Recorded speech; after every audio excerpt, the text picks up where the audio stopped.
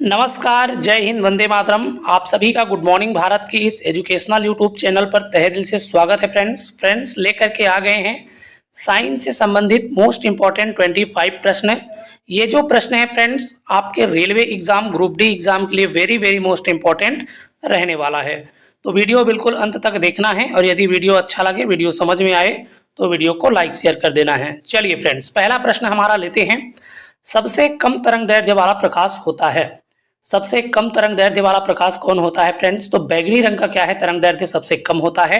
Option number D इसका सही answer हो जाएगा।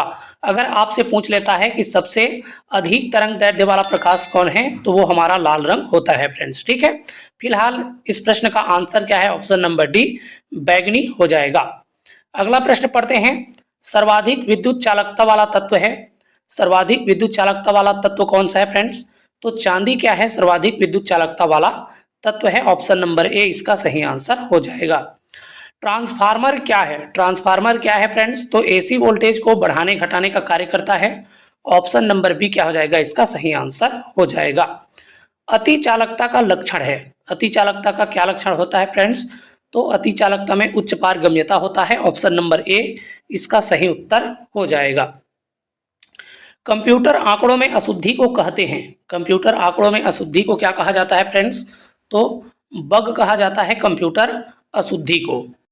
प्रोग्राम हेतु सर्वप्रथम प्रयुक्त की गई कंप्यूटर भाषा है।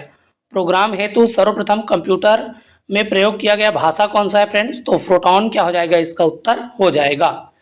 किस भाषा में सर्वाधिक उपयुक्त डॉक्यूमेंटेशन संभव है फ्रेंड्स? तो कोबॉल भाषा में क्या है सर्वाधिक डॉक्यूमेंटेशन संभव होता है। ऑप्शन नंबर बी इसका सही उत्तर हो जाएगा। डॉट कॉम क्या निरूपित करता है? डॉट कॉम क्या निरूपित करता है फ्रेंड्स? तो वाणिज्यिक क्षेत्र को निरूपित करता है। ऑप्शन नंबर ए इसका सही आंसर हो जाएगा। निम्नलिखित में से कौन सा एक मिश्रण नहीं है? बताना है फ्रेंड्स कि दिए गए ऑप्शन में से कौन हमारा मिश्रण नहीं है। तो ग्रेफाइट क्या है हमारा मिश्रण नहीं है। ऑप्शन नंबर ए इसका सही उत्तर हो जाएगा। इलेक्ट्रॉन का एंटीपार्टिकल क्या है? इलेक्ट्रॉन का एंटीपार्टिकल क्या होता है फ्रेंड्स? तो पॉजिट्रॉन होता है इलेक्ट्रॉन का एंटीपार्टिकल। रेडियोधर्मिता का यूनिट क्या है? रेडियोधर्मिता का यूनिट क्या होता है फ्रेंड्स? तो क्यूरी होता है रेडियोधर्मिता का यूनिट। नेक्स्ट प्रश्न है। निम्नलिखित में से किसमें ऋणात्मक आवेश होती है? इसमें ऋणात्मक आवेश होता है।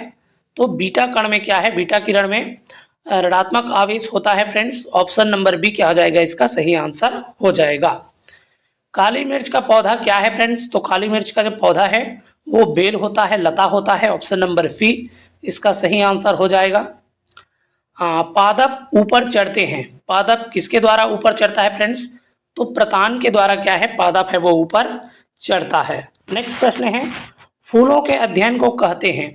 फूलों के अध्ययन को क्या कहा जाता है फ्रेंड्स? तो एंथोलॉजी कहा जाता है फूलों के अध्ययन को। ठीक है, अगला प्रश्न है। गूदेदार थैलेमस किसमें खाने योग्य होता है? गूदेदार थैलेमस किसमें खाने योग्य होता है? तो टमाटर में खाने योग्य होता है। ऑप्शन नंबर सी इसका सही उत्तर हो जाएगा। कृषि शास्त्र में किसको उन्नत किया जाता है? कृषि शास्त्र में किसको उन्नत किया जाता है फ्रेंड्स? तो पौधों और पशुओं को क्या है उन्नत किया जाता है कृषि शास्त्र में। पोमोलॉजी के अंतर्गत किसका अध्ययन किया जाता है? तो पोमोलॉजी के अध्ययन के अंतर्गत हम लोग किसका अध्ययन करते हैं फ्रेंड्स? तो फलों का अध्ययन करते हैं पोमोलॉजी के अंतर्गत। ऑप्शन नंबर ए इसका आंसर हो जाएगा। नेक्स्ट प्रश्न लेते हैं। पुरानी जलोढ़ मिट्टी के नाम से जानी जाती है।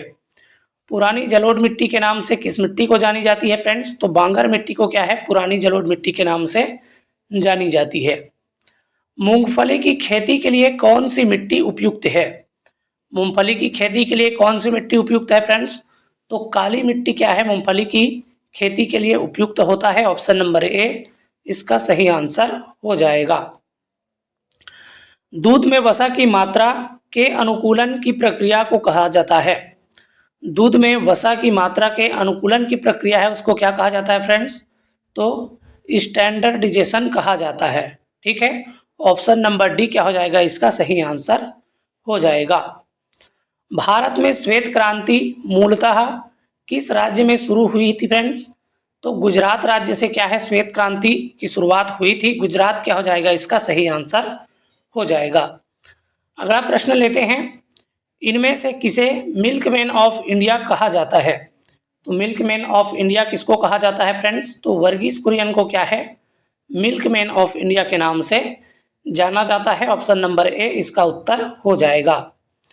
पेसमेकर का कार्य है, पेसमेकर का क्या कार्य होता है फ्रेंड्स, तो पेसमेकर दिल की धड़कन प्रारंभ करना इसका क्या है, कार्य होता है। ऑप्शन नंबर सी इसका सही उत्तर हो जाएगा। मानव शरीर की सबसे बड़ी धमनी कौन सी है। मानव शरीर की सबसे बड़ी धमनी को क्या कहा जाता है फ्रेंड्स, महाधमनी कहा जाता है। ऑप्शन नंबर ए इसका उत्तर हो जाएगा। तो ये था फ्रेंड्स साइंस से संबंधित मोस्ट इंपॉर्टेंट 25 प्रश्न। उम्मीद है वीडियो आपको पसंद आया होगा, हेल्पफुल लगा होगा, नॉलेजेबल लगा होगा। यदि वीडियो आपको हेल्पफुल लगा है, नॉलेजेबल लगा है, तो वीडियो को लाइक शेयर कर देना है फ्रेंड्स, और इसी प्रकार की जानकारी के लिए चैनल को सब्सक्राइब कर लेना है।